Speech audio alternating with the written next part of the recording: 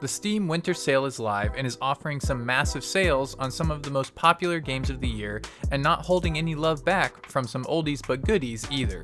Control Ultimate Edition has been slashed by 50% and is now $20.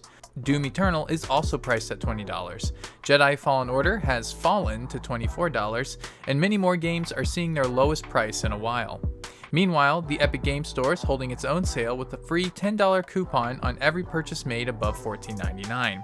It's a great time to buy games, and these sales from these two game retailers make it easy to spend those Christmas gift cards. The creative director of both Silent Hill and Gravity Rush is making a new horror game which he believes will appeal to the fans of his previous games. Kiichiro Toyama founded Boca Game Studios in August and is hoping to have his first multi-platform release game in over 20 years completed by 2023. He's been previously working as a Sony first-party director, but now is looking to develop his own adventure horror game. Toyama stated his wishes to stay connected with fans over the next 3 years of development to keep people's interest in their project.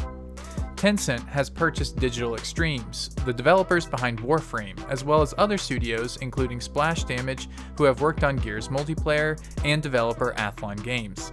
The massive $1.5 billion deal had Tencent purchase Leiyu Technologies, which was the previous owner of all the aforementioned studios.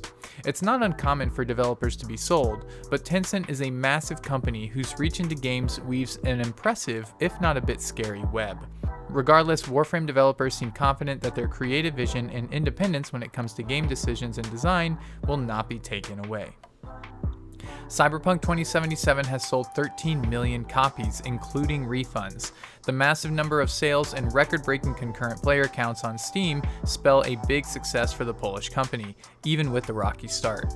It's no secret that Cyberpunk did not launch to the prestige that everyone was hoping for. However, that did not stop the game from becoming a sales win. CD Projekt Red's refund date of December 21st has passed, although some refunds may be found through console manufacturers. So it looks like even a rough launch and removal from PlayStation's entire digital storefront was not enough to cripple their sales. The Witcher Season 2 looks to start things off with blood, terror, and snow. A tweeted image of the script reveals an abandoned, wintry town and a family looking for a place to rest. However, things don't stay quiet for long. Geralt's voiceover is also scattered throughout the scene. The next season of the remarkably popular Netflix show is set to release in 2021, although events in 2020 have delayed the announcement of a premiere date and left Season 2 of The Witcher still in production.